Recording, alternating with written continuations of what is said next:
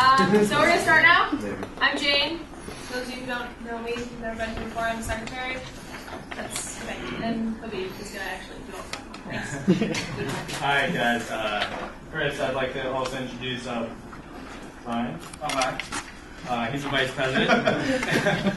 And Davis, he's the... And, all right, so thanks for coming.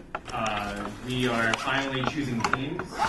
I know we've been through 2 orientations, a training session, and we've been talking a lot, but finally I think we are going to start getting our hands dirty and selecting teams.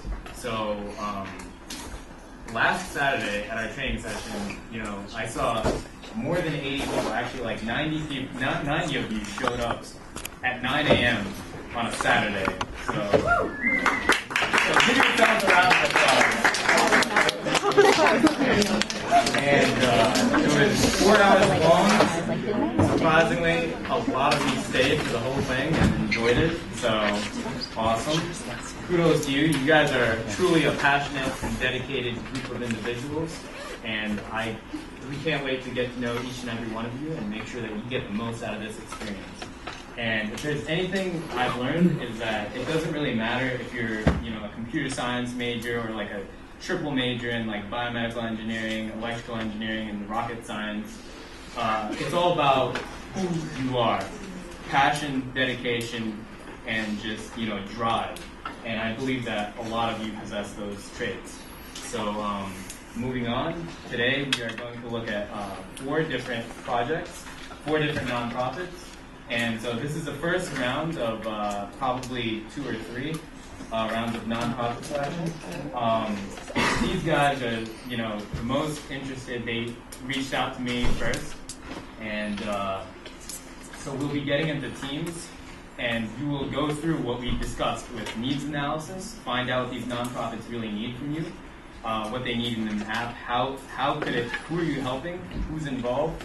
How can you help the organization? How can you help who the organization is already helping? So you're going to fill out those sheets. If you didn't get one, let Jane or Brian know. Basically, you fill out your choice A and choice B. So you will get at least your first and second choice. And we'll announce the teams by Friday. Some of your friends may not have been able to attend this session. And for them, I'm going to provide them a description of each nonprofit, and they can submit online. And I know a lot of you might be worried, this Wednesday, or Saturday, I'm not able to attend these sessions. We'll definitely have a way so that everyone, whether you're able to attend or if you've never even seen my face because the times are so awful with your schedule, we'll make sure that you get acclimated. And if you're not ready to join a team, that's fine. But keep in mind that we're really starting from scratch, and we're working as teams, and we're working together from the bottom up. And we're all very much aware of your current skills and the skills that we're going to build for you.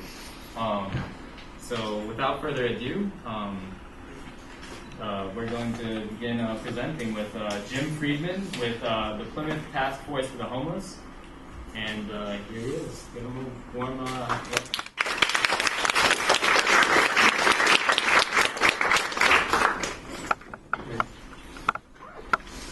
Well, I'm thrilled to be able to talk to you about what we're doing down in Plymouth, which is about an hour south of here. If nobody knows where that is. We say it's America's hometown. You've heard of Plymouth, I'm sure. If you haven't, I'll tell you about it later on. But we have a serious problem that came to light about 10 years ago when a homeless person showed up dead in the dumpster in our town. And so we recognized that there was a pretty big issue that we had to try to address. And so we formed a task force to try to help those that have trouble helping themselves.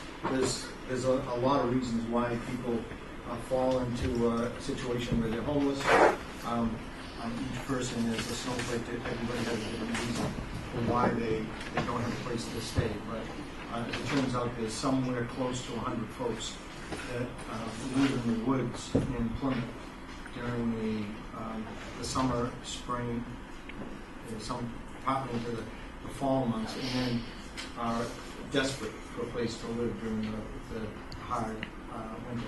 And so there's a couple things that we do. Let's see if I can get to it. What we'll do during the winter months, that's from in about 2 weeks from now, right through April, what we've arranged is a number of churches in town allow us to use their facilities to house people that need a place to sleep. And so we gather folks together. We'll bring them to, it's a rotating place, so each week it's a different place that we bring them. We give them a hot meal and a place to sleep, and then they have to be out of there by 7 o'clock in the morning. There are volunteers that stay with the folks that are homeless. I volunteer. There's a number of people that volunteer, and and I'll talk a little bit later about the issues we have in trying to coordinate all of this.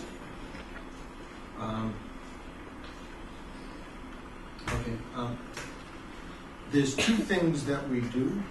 One is called the overnights of hospitality. That's where we house people in the church basements, if you will. But we also have more permanent housing.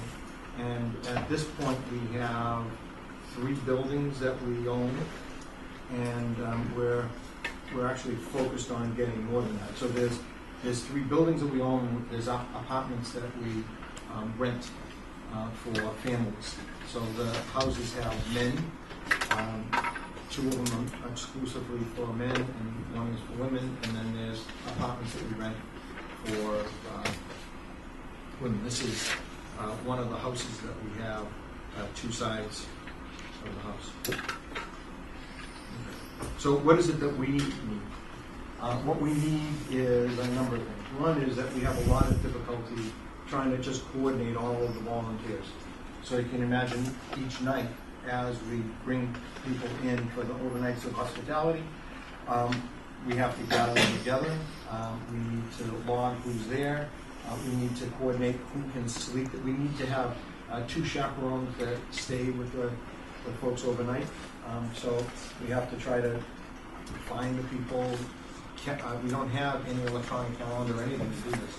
It's all done manually. So we're looking for some systems, some online systems to help us in scheduling people for preparing the meals and serving, and for being the chaperones, at least on the overnights.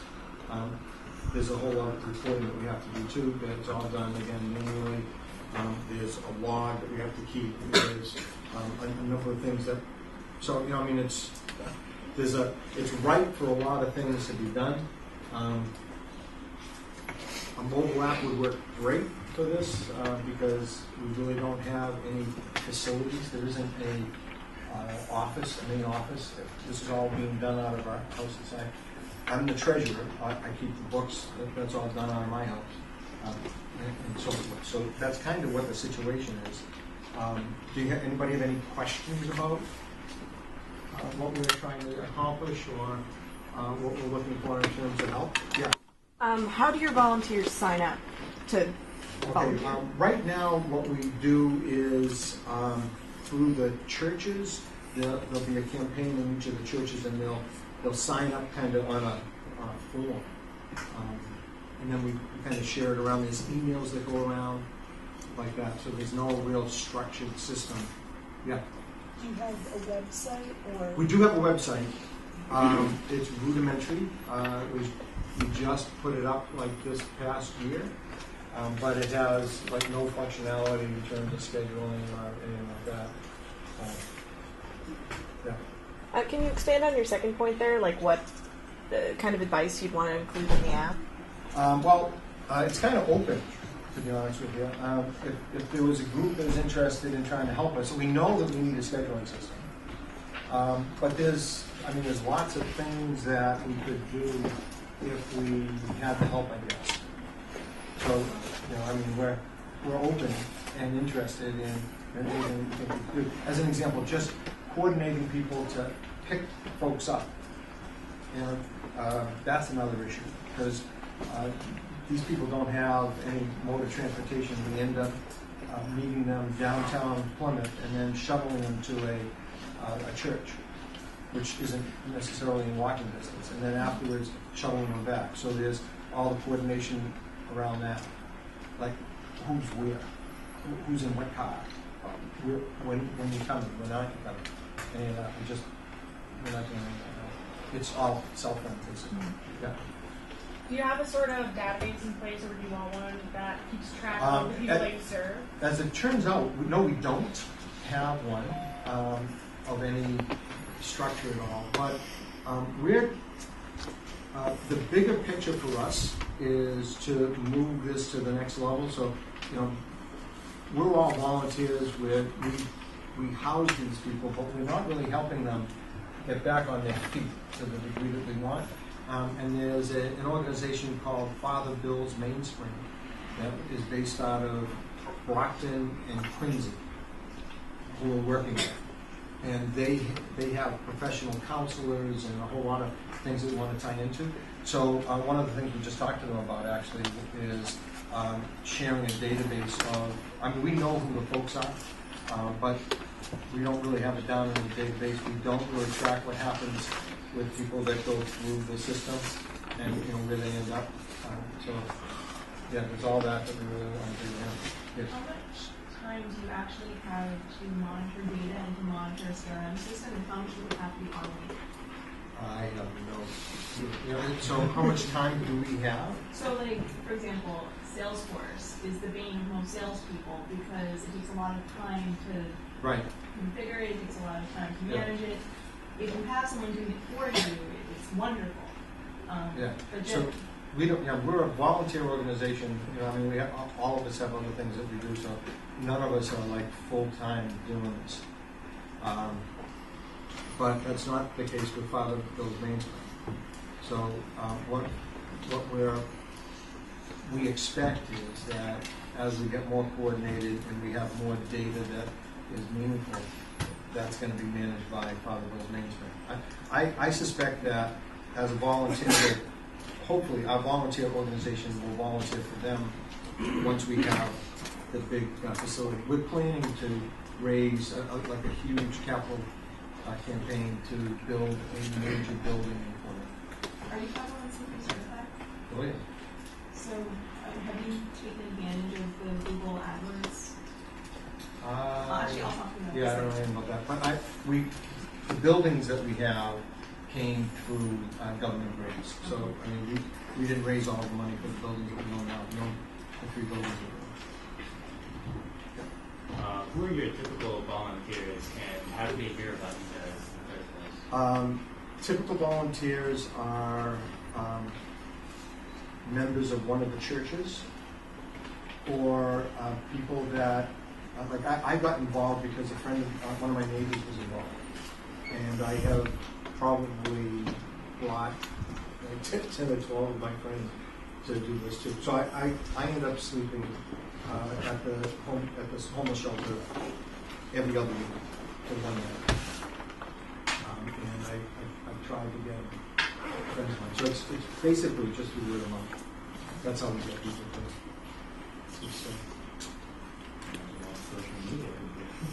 yeah, that's true. Haven't even thought about how we get the ball. Haven't thought about it. So, like I said, we're open to all kinds of things. This is the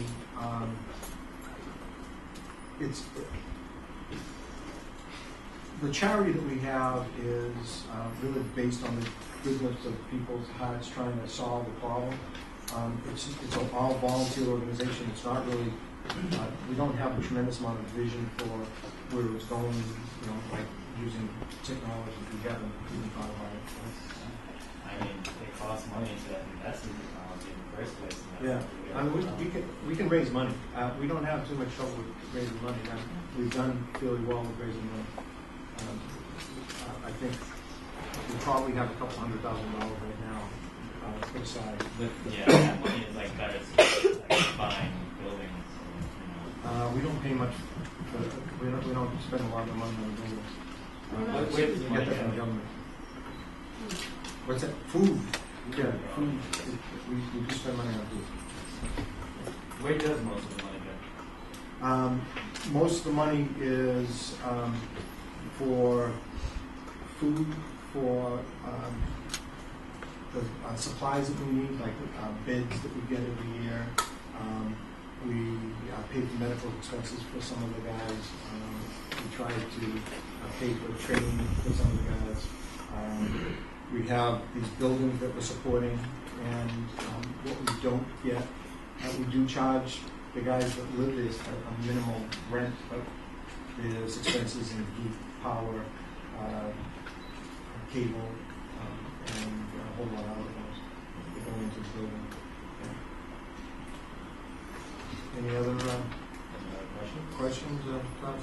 Yeah. Do you need a system to like receive donations? We have, yeah, we could. We have something on the website. We're tied into PayPal. If somebody goes on the website and they want to donate, we get like no donations that way. So most of the fundraising is we have a golf outing, we have a few different drives that we have at the churches. That's all different money. Any other questions?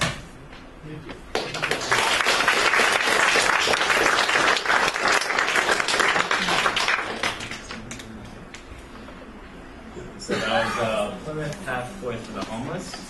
If you guys want to jot that down on the side or something and keep that in consideration for when you have to choose. Yeah, I'll that again.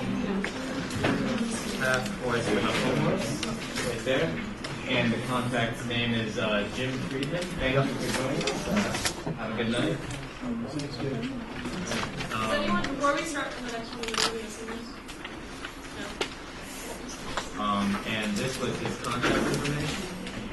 Jane Friedman at CU.edu. So that's it out. Yeah. Alright, and so yeah, that's nice, good questions, guys. Remember, you want to keep the needs and stuff in mind. And now we have, oh yeah.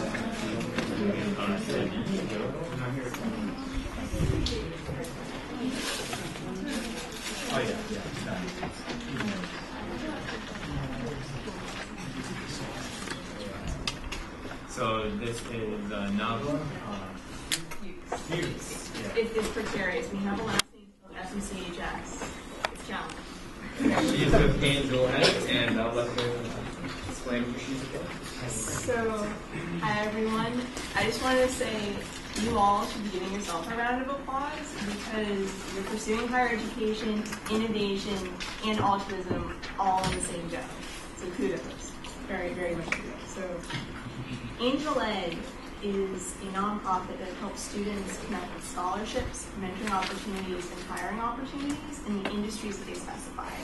So we're looking to solve the student debt problem from the perspective of fiscal literacy, basic just understanding of what passions, what career you want to go into, and then also make sure that those doors open. So you can see our team. We have a fantastic board. We star-powered folks, but that's not really what matters. What matters is that we are helping students like you, ages 16 to 60, pursue higher education as debt-free and employable as possible. So there's a trillion, or well, at this point it's a $1.2 trillion problem. And that is that when people go to enroll in higher education, they are given at least $35,000 in loans on average to pursue that higher education. And they are given that loan regardless of whether they're pursuing something that will actually, that they'll be able to pay the loan off. They're given that loan regardless of whether they have good credit. And I mean, the numbers speak for themselves, that if you have $380 billion of student loans deferring, if you have $10 million, or not 10, this is a problem. So what Angel Ed is trying to do is provide a preventative pipeline for students. Our current base of students is 100 that range from high school students to undergrads to grads to adult community ed learners. who are all committed to pursuing higher education, but that higher education is actually going to enact a better career. So we match them with a mentor in that field. And by doing that, we will be able to lower the risk of their debt. We'll be able to make sure that they're actually connecting with employment that they're ready for. So rather than, say, getting that entry-level job and not knowing a thing about CAD if you're an architect, or not being able to send out a good business proposal if you're in business development or whatever it might be, or build an app if you are going into mobile marketing or whatever it might be, you actually will be ready for that.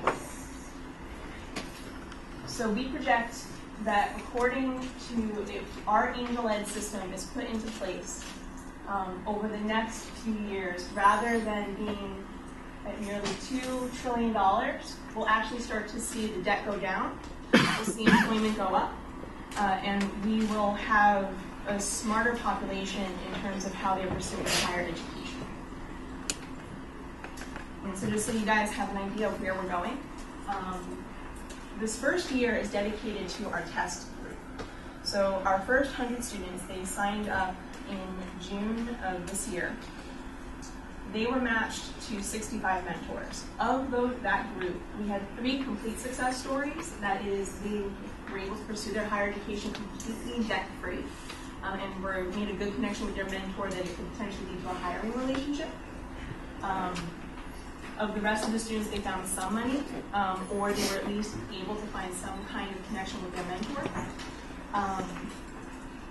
But for that second year, we're really going to focus on the companies. So imagine being able to, right now, build a relationship with Genzyme, with Bullhorn, or with Digitas, or with whatever group you want, or, I don't know, Startup Institute. Like, it depends on your flavor of engineering. This is empowering you to not only have less debt when you graduate, it's enabling you to connect with an employer who will be more loyal to you because they get that you know what's going on, and that you are loyal to them, and then you are able to perform. So this fit, we are looking for $500,000 when we talk to investors, when we talk to those that are social philanthropists. This is what we look for our first 100 group. And then for operations, $200,000 will give us the 2 years to support that data hypothesis. And then this is my favorite student. And here's her story. Like, you're going to love it. Imagine, so you all are fairly STEM folks, right? Is there anyone here who's not in any way STEM related? I'm curious. What are you involved? What are you interested in? Great. Graphic design. I love you, my co-founder. No, so seriously, graphic design is that there's a new saying out now that it's not that we need STEM, we need STEAM. Science, tech, engineering, arts, and math. Because the idea that digital art is not part of STEM says that CAD is not part of implementing 3D printing. And you have to be able to have that. And 3D printing, as we all know, is now new casts, it's 2.0. So yes, awesome. So this lovely girl, Cerisa Horton, worked 3 jobs. African American, from an adopted family, was about to transfer to UMass when her adopted mother would not sign the FAFSA. As I don't know how familiar you all are with the specifics of the FAFSA process, but what that basically meant is that she was $3,000 short of being able to attain her higher education and transfer. So we were able to work with her family, and empower her to override her dependency, get the aid that she needed, and crowdfund $750 towards schools and supplies on top of just having a full ride at UMass. So that's the power of Angel Ed. It's angel investment education. That the donors that are contributing to the students are taking an angel investor's perspective. That they see you as an investment, but you're not paying it back in dollars, you're not paying it back with a loan, you're paying it back by being an asset to the economy, and you're paying it back by just paying it forward. that kid that you see that maybe needs a shot when you're established, you give them that shot. So Angel Ed, what we generally give to our students is funding, mentors, and opportunities. It's just what we do. We love them. One of the favorite things that we've been starting to pursue is actually partnering with scholarships and harnessing the power of the $100 million that gets left on the table every year. But yeah, that's pretty much Angel Ed. So of what we really need is Angel Ed's platform is actually launching October 4th. It is launching on the back of feedback that we got from our beta. One of the main things that I would really love is if we could have a means to communicate or allow our mentors and our students to directly communicate through an application, because we currently can't do that. Another thing that would be fantastic is if we could have our events kind of like a branded app that could show the events like participation, like crowdsourcing feedback.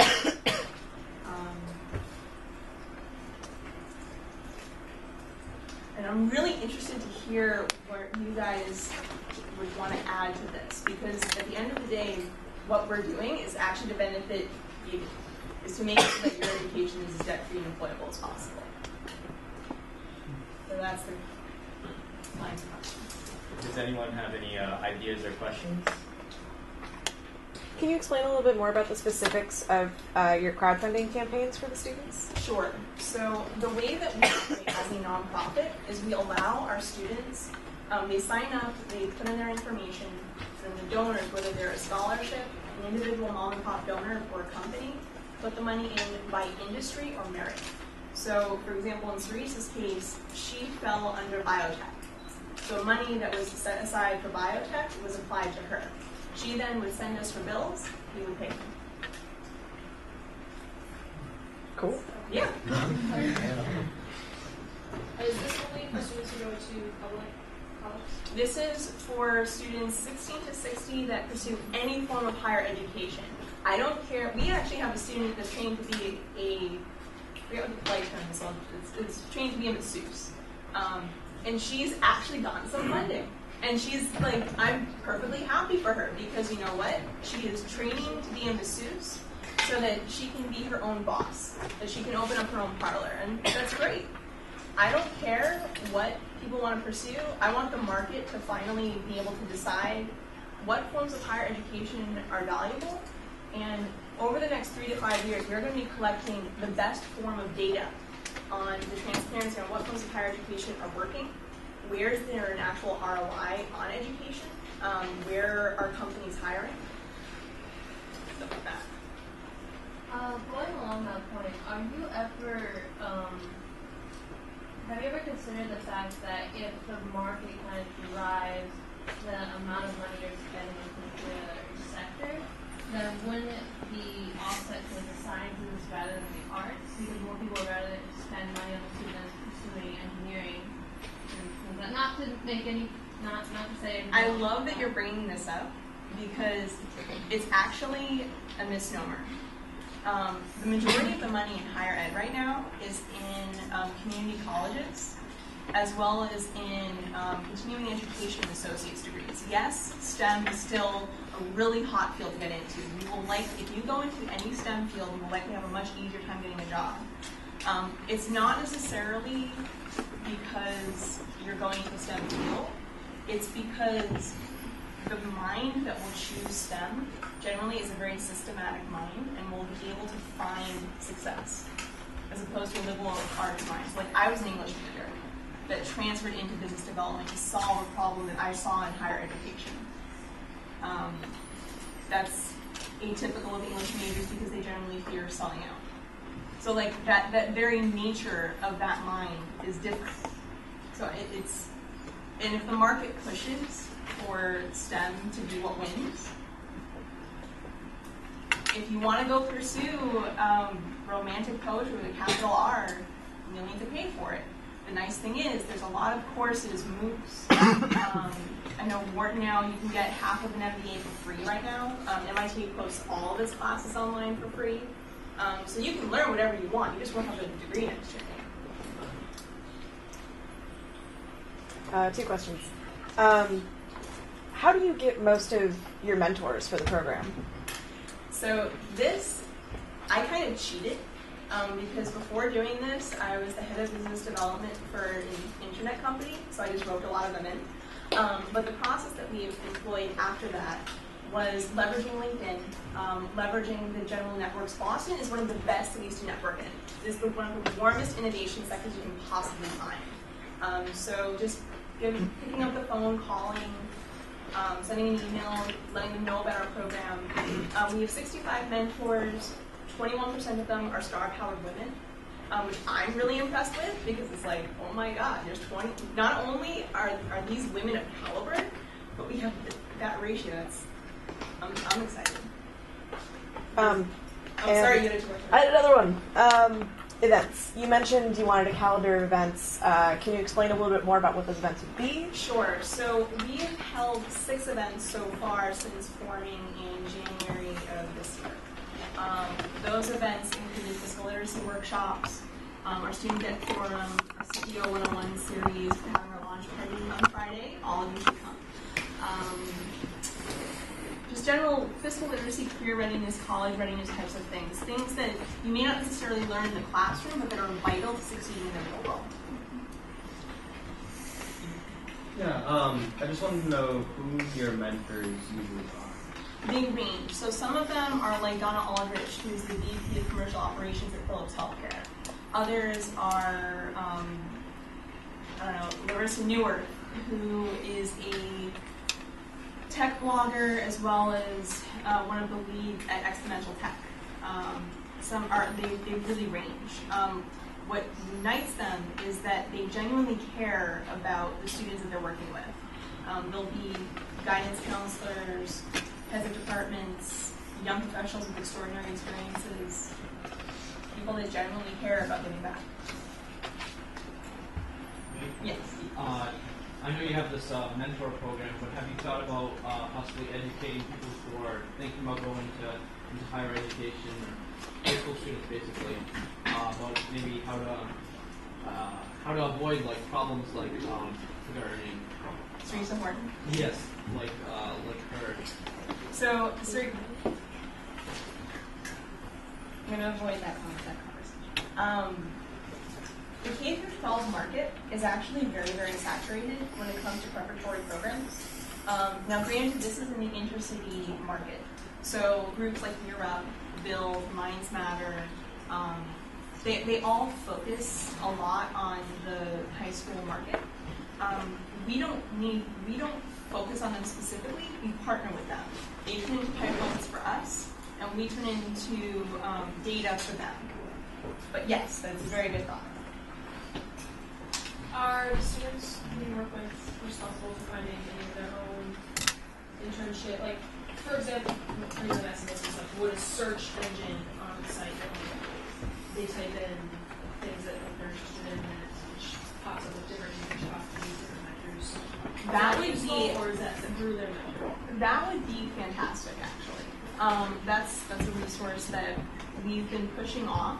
Another thing that would be fantastic is, and this is totally cheating because it's not mobile, but we have our student profile down, or at least we think we do, and we're very open to more suggestions on how to make it better. We do not have our donor profile yet. So if you all can think of a way to do a really good donor profile, fantastic. Are you planning on having an app for the people who need financial help, or? So what do you mean by that? Well, the app for the people who would, like, for example, go to your kind of place for financial help. So basically, an aggregate of financial aid information. Yep. That would be cool.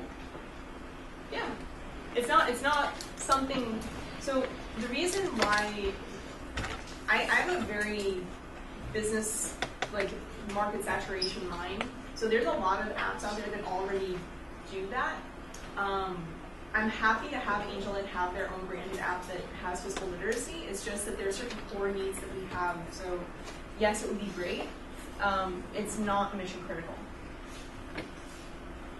You mentioned that you wanted an app where mentors could communicate with students. Yes. What kind of communication are you referring to, like IMing or sending projects back and forth, or like what's the ideal kind of app for that? So the ideal app would allow them to type, I don't know, up to 500 words, maybe send a file, really just to share information. So currently the way that we handle our mentorship communications is that I or my partner will monitor communications, send an email back to the mentors, and it's kind of like chasing cats. If the goal has always been to have the communication happen on our platform, it's just not been mission critical because we want to focus on getting our students funded first, then let the communication be part of it. So if you guys can handle that, that would be amazing. And what makes a difference in text messaging? Why can't they just text them information? Because it's not on our platform, we can't track it, and we can't show the data behind why that is successful in their growth.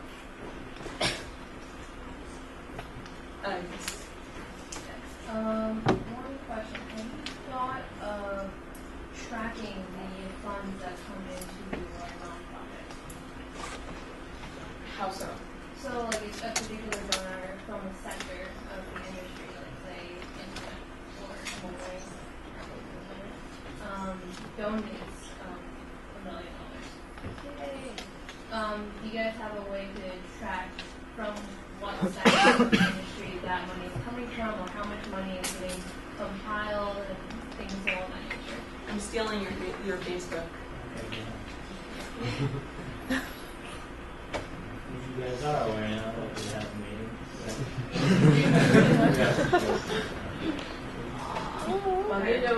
Oh, it's down because we're moving to the new platform. Bummer. I have to yell at my but the short answer is that because we currently have our funds through PayPal, but then people are also donating through industry. So it's generally taken that if you donate to law, you have a general interest in law. It's not as good as, say, Google Analytics, and that would be awesome if we could have a Google Analytics for donations. I just wonder, like, I don't think we don't have a significant enough data set yet to do that. So I'd say the communication would be amazing. I really like the idea of the data. Fiscal literacy would be cool.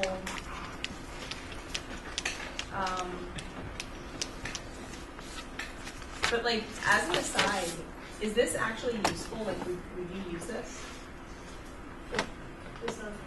Yeah. I think it's really cool. It's because our generation's problem is like paying for school. Yeah. And, some of us, I know a few people who can't even afford, school right now. BU costs so much. And, even people who go to community college just because they can't afford, schooling. And that's the thing. It's like, we come from a world that told us, go into higher ed, take out the loan, you'll sort it out later. And that's just not true. So that's why we really been focusing on the fiscal literacy, the mentorship, and the money. It's not just the money. Because there are actually other applications out there that you can go do that. And we won't be offended if you go choose those. But we just believe very strongly that if you're going to have financial help, and you're going to spend the time to enrich yourself through higher ed, you should at least have someone in the industry that you care about help kind of giving you help with things. Okay, we're gonna. Sorry. All right, last question, and then we get that. Yeah. So as far as communication goes, what would be the frequency of that, and what would be an example of like a mentor to mentee conversation? So I type out to Art Papas and Bullhorn. I'm really, really depressed about how this particular thing is monetizing. Help me. Art would then reply in his time, Nava, get over yourself. You're monetizing fine. This, and this. I'd be like, all right, thank you. Frequent than that, or longer things than that? I see them using it to schedule in-person meetings or phone calls. I don't see this being like a phone Skype kind of thing. I see it very much being written word. That helps. Yeah. All right. Well, thank you. Thank you.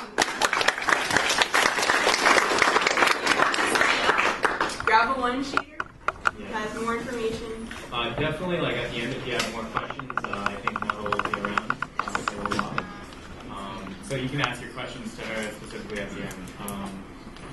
We have 2 other nonprofits here today. I know I said something like, oh, we're going to do 12 nonprofits this year. But it's just the beginning of October, and this is the first of probably 2 or 3 rounds. Yeah, I mean, these guys are all very exciting, and they're all doing great things, and it would be wonderful if we could help. Davis is now writing down the different nonprofits on the board, and you can barely see it, but it'll be... Put the screen on the And, so now we have Shreya with...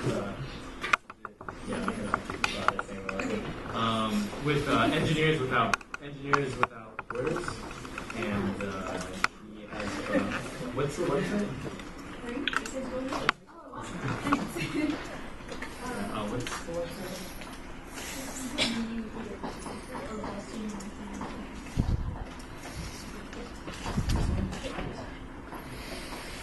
So I don't have a lot of technical slides because this is kind of abstract to me, but I can definitely talk endlessly about what we do. So if you have any questions, is that. So as you said, my name is Shreya. I'm a junior in biomedical engineering at BU, and I'm program chair at UWP.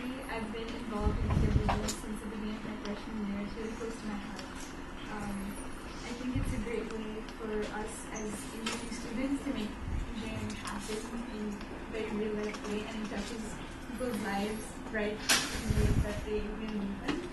So I guess what we do, we are engineers and we work without borders, so we do partner with communities on the other side of the world. The project that we have right now is in a region of Zambia called Naluja, and we started our program there last year. So what we're doing there right now, it's not one village, it's trying to imagine, I'm trying to create this visual image for you guys. It's like about 14,000 people spread out in multiple villages across this large region called Naluja. It's called a catchment. And all of these people, they're mostly farmers.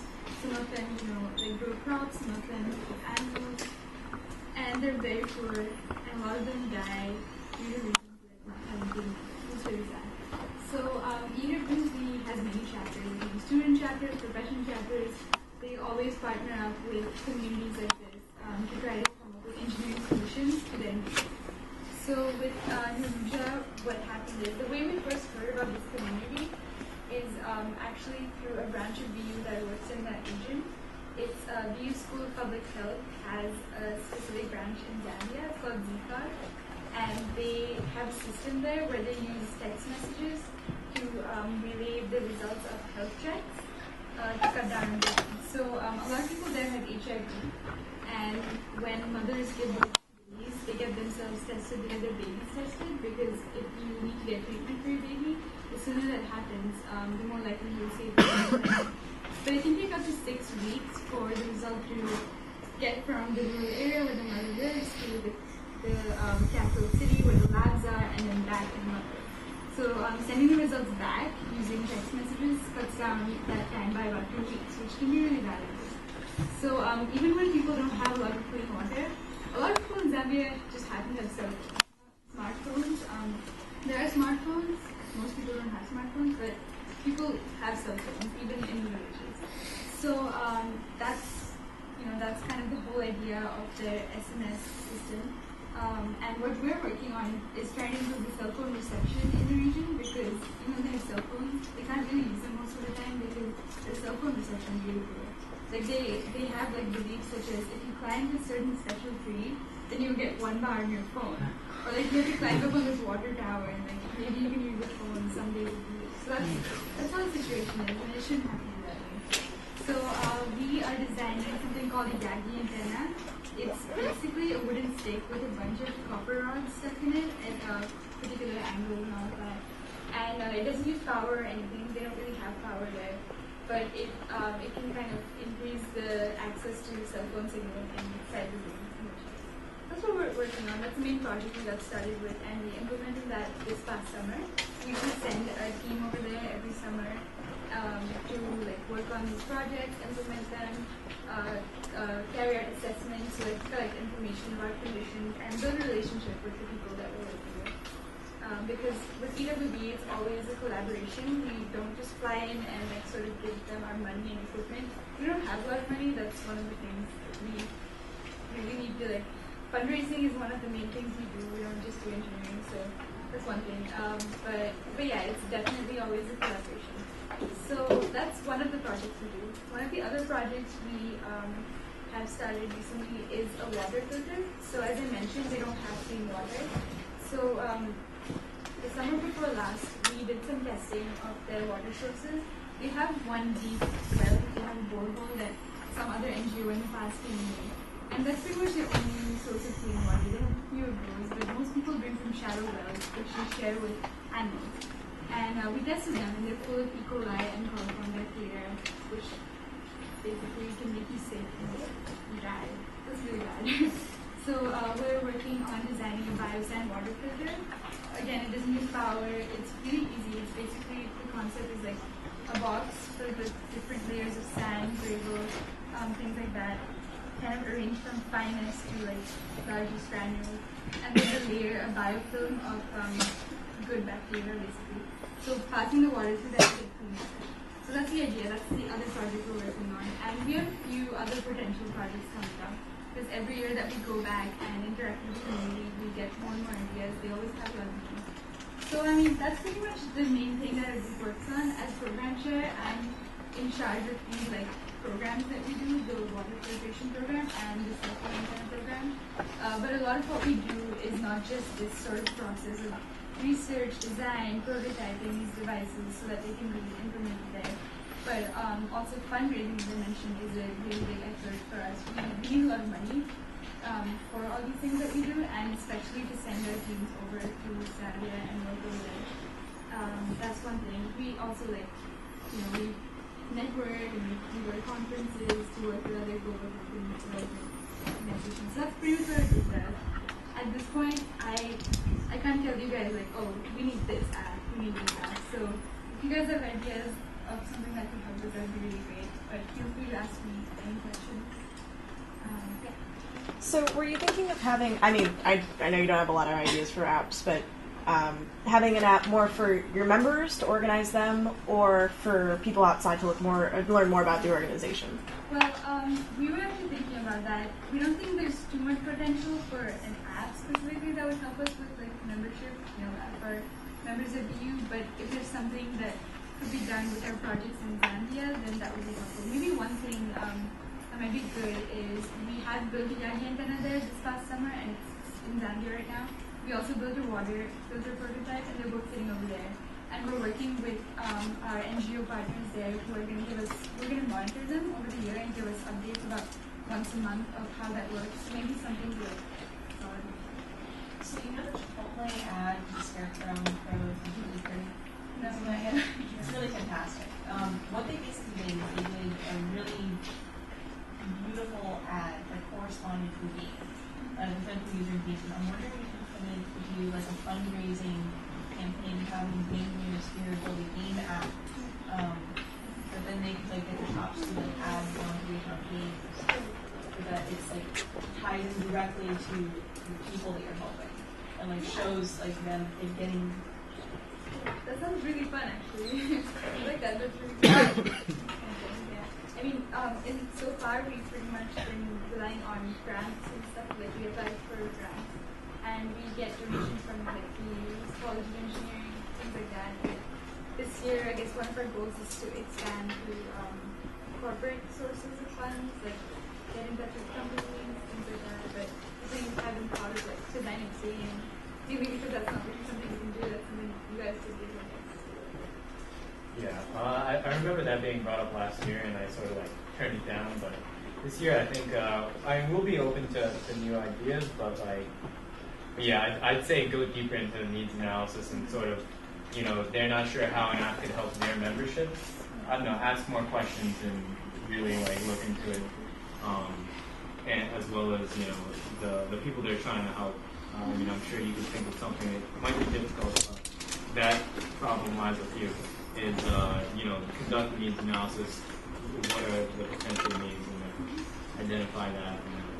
But yeah, a game, I'm not really sure at this point if I would shut that down. I can go into a lot more detail about what we do and the community that we're working with, but not without time. So if you have questions, then later. Yeah, I think, we'll have one more question. Does anyone else have a question? Sorry. It's all good. I have a question. How connected are you with other chapters of engineering networks?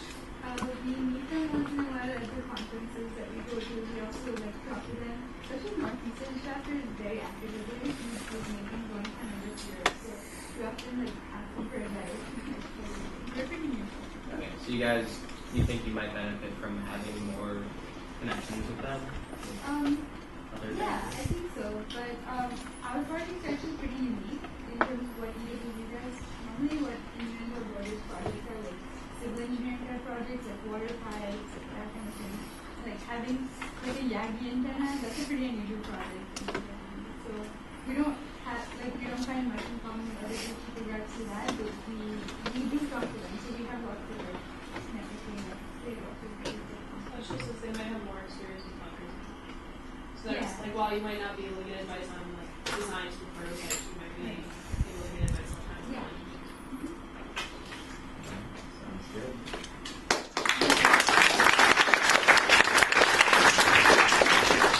Yeah, at the end though, we should also write down contact information so that the point is once you do choose your team, which organization sounds most interesting to you, you have your first and your second choice.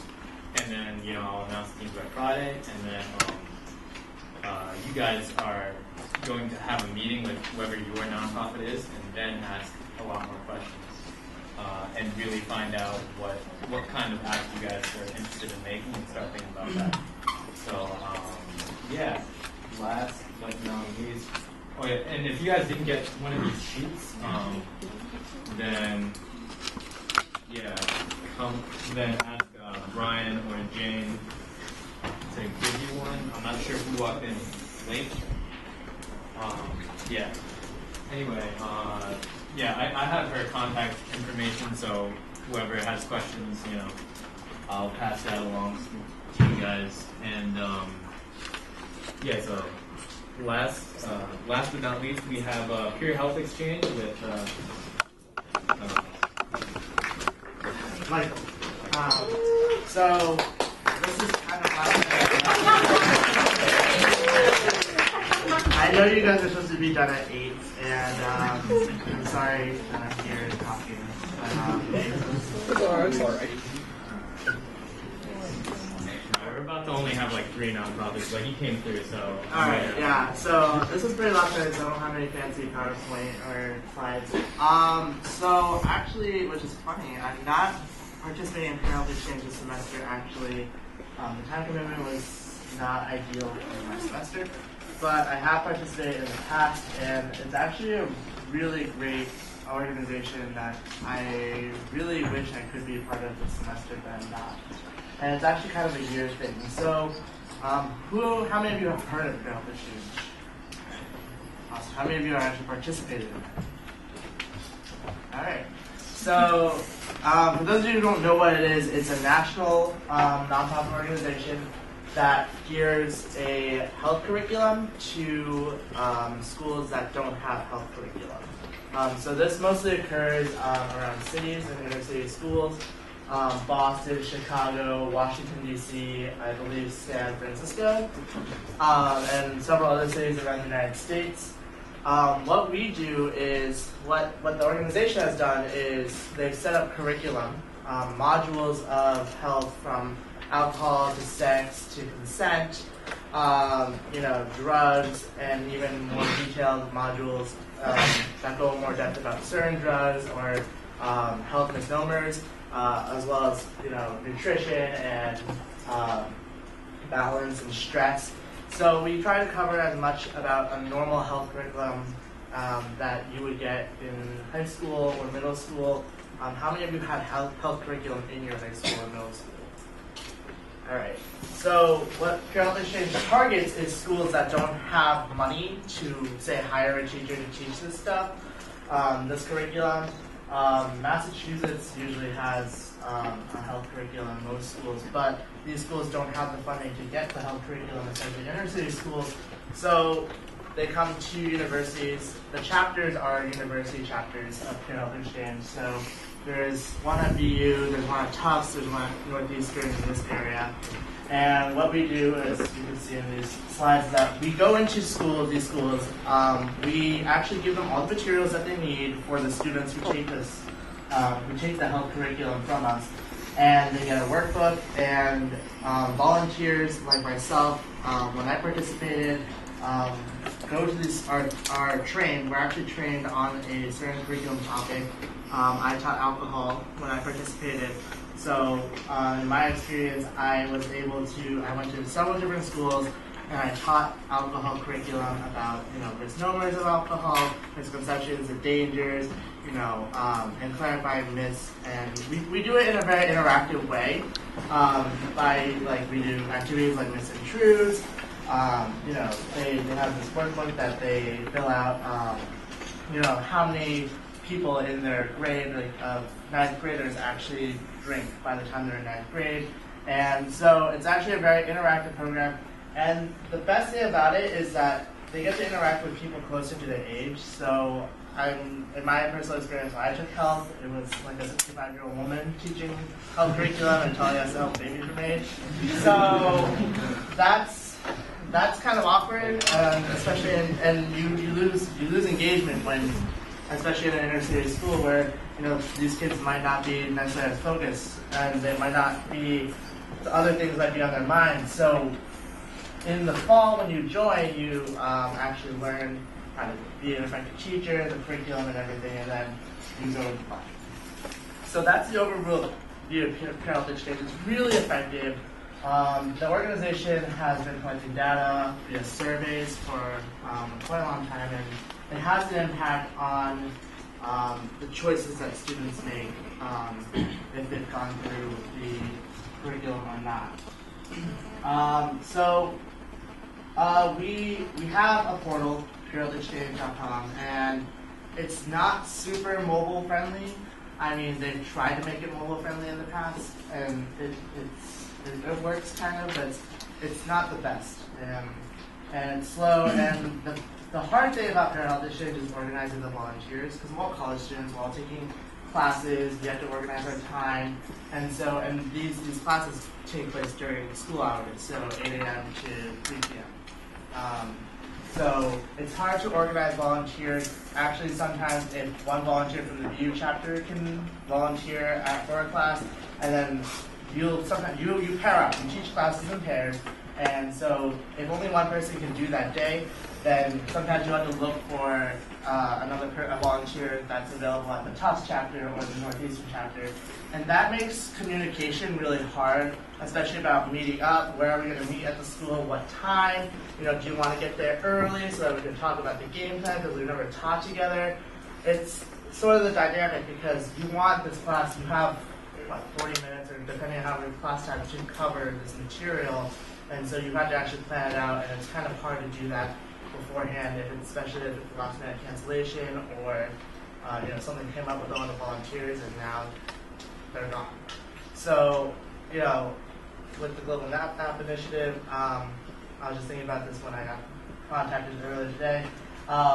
Maybe an app for just the volunteers to use to help coordinate better, with other chapters in the area, and also just make a more mobile-friendly experience, because how many of us are actually sitting in front of a computer all the time to be able to update the calendar or the schedule that we have in order to do volunteer coordination or sign up for the classes that we can actually teach, based on when we're in front of the computer. So that's just that's just one idea. I mean, you guys probably have a lot more ideas about improvement to the website. Do you guys have any questions about Pure Health Exchange or the organization? I have contact info about, there's general contact info for BU, so I'm going to pull up Facebook again because that's where I found it.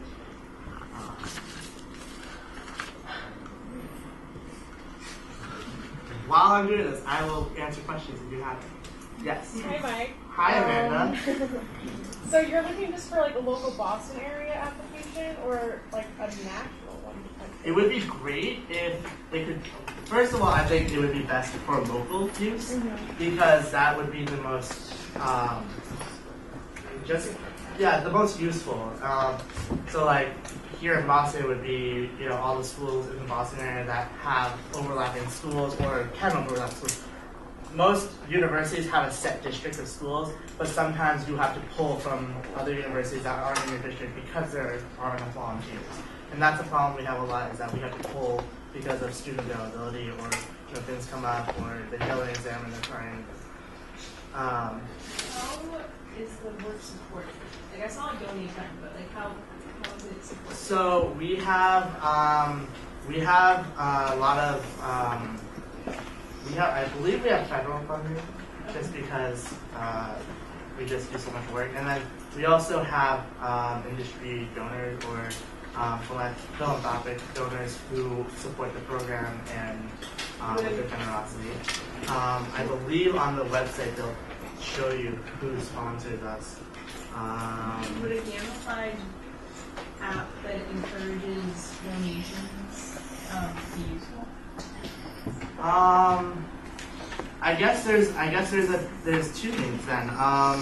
There would be the volunteer app that the volunteers would use because they would actually support it, but you kind of don't want to give them access to the volunteer tools that the general public would use because that's not very useful. So I guess there could be an app that has Pure Health Exchange because we also give students these cards that have a lot of information, phone numbers like suicide hotlines and hotlines that they can call if they're having issues. So maybe an app that has all that information because smartphones are pretty ubiquitous in high schools now. So if they can just download that app and have that instead of having to carry this piece of paper that they're going to lose, then that could also be another way to encourage donation or. It's hard to encourage donations sometimes just because it's like you have to have the donor download the app just to get to the advertisement. That can be exclusively for donors. Yeah, and then I'll show you the so we have BU specific contact info, and then there's national chapter wide information.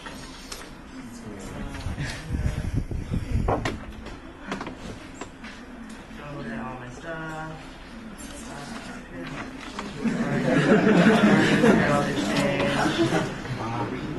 You're an Apple. There we are. Hi. Okay, so this is the most current year. It changes leadership changes every year in Pure Health Exchange because mostly it's seniors who coordinate the volunteers, and then those volunteers actually move up in the ladder. So the BU contact is bupag@purehealthexchange.org. I don't know who's in leadership this year for the BU chapter. They do meet.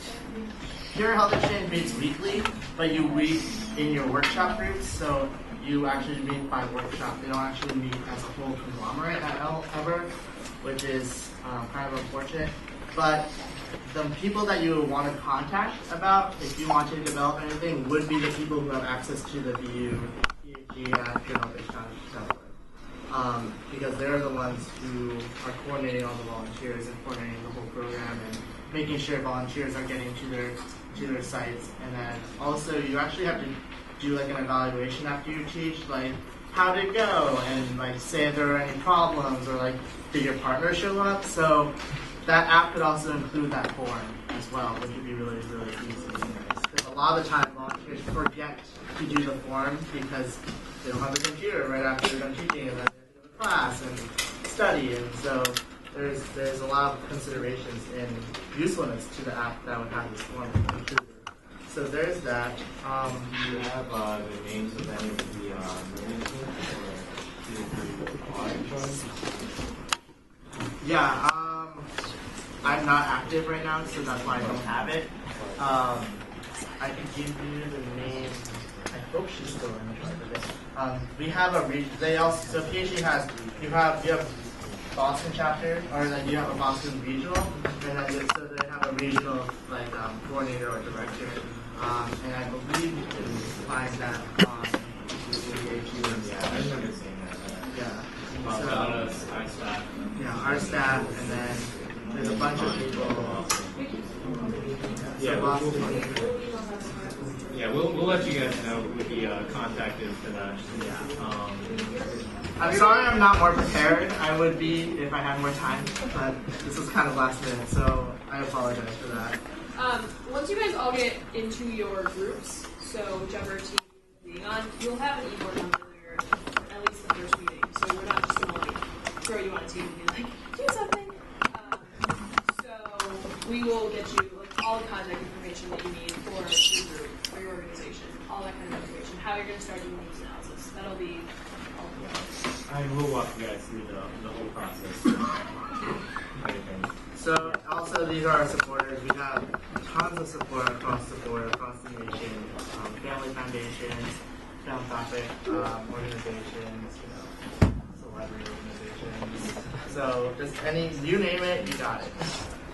So it's a very well-known program. It's a really great program for students to participate in, just because it gets you in the classroom and kind of gets you interacting with people. So I really enjoy it. Yeah. Could you see the possibility of having two apps, one for the user, one for the students, and one for the volunteers? Absolutely. I absolutely could see that.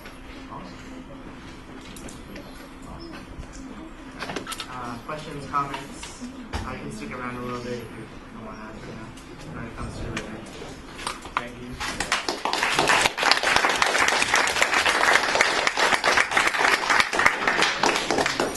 That concludes our round of nonprofit presentations, but we have a few announcements.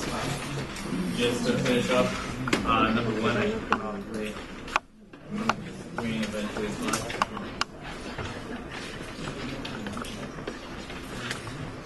Yeah, if you haven't gotten one of these sheets, pick one up, but I'm pretty sure most of you got one. I printed out 100 and then they're all gone, so there's more, a little bit more than 100 of them, in case you're curious. I counted twice. Upcoming events. This Saturday we have an open lab session. I know a lot of you guys, you enjoyed the needs analysis and the design from last Saturday's lecture. And, the coding part was cool. Annie's sitting right there. She's one of our instructors. iOS development is really hard in terms of coding, but it's not that hard.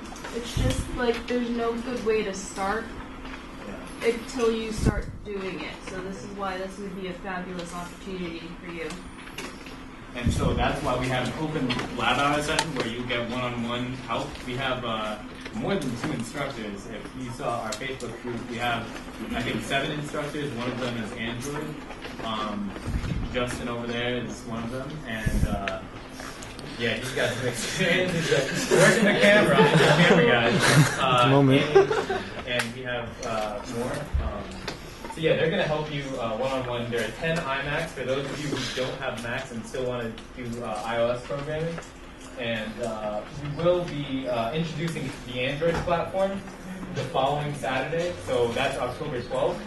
I know this is the Saturday of the 3-day weekend, so we will have YouTube footage of all this. I'm not sure if you guys have seen our YouTube page, but we have everything on YouTube under Global App Initiative.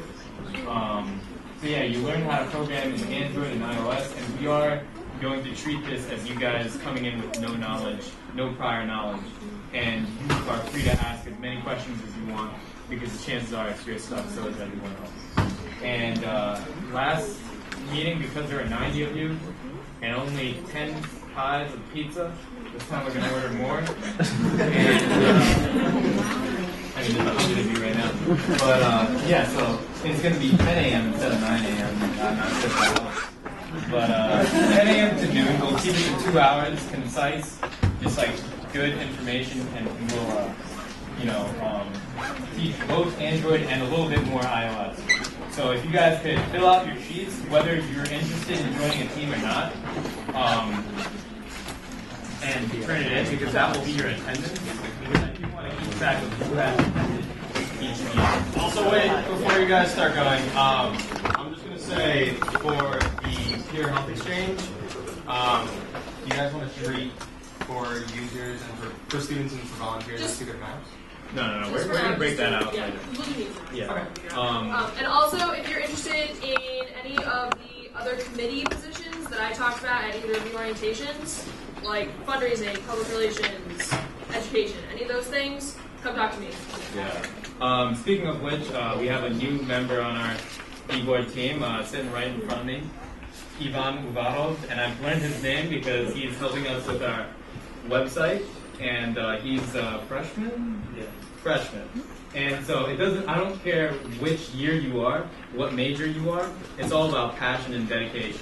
And if you can help us in some way, administratively, obviously this organization is blowing up, and we're going to need all the help we can get. So if you guys would like to help on the administrative end, then please feel free to stick around and talk to any of our e-board members. And all right, we're good. Thanks for coming. And turn in your sheet.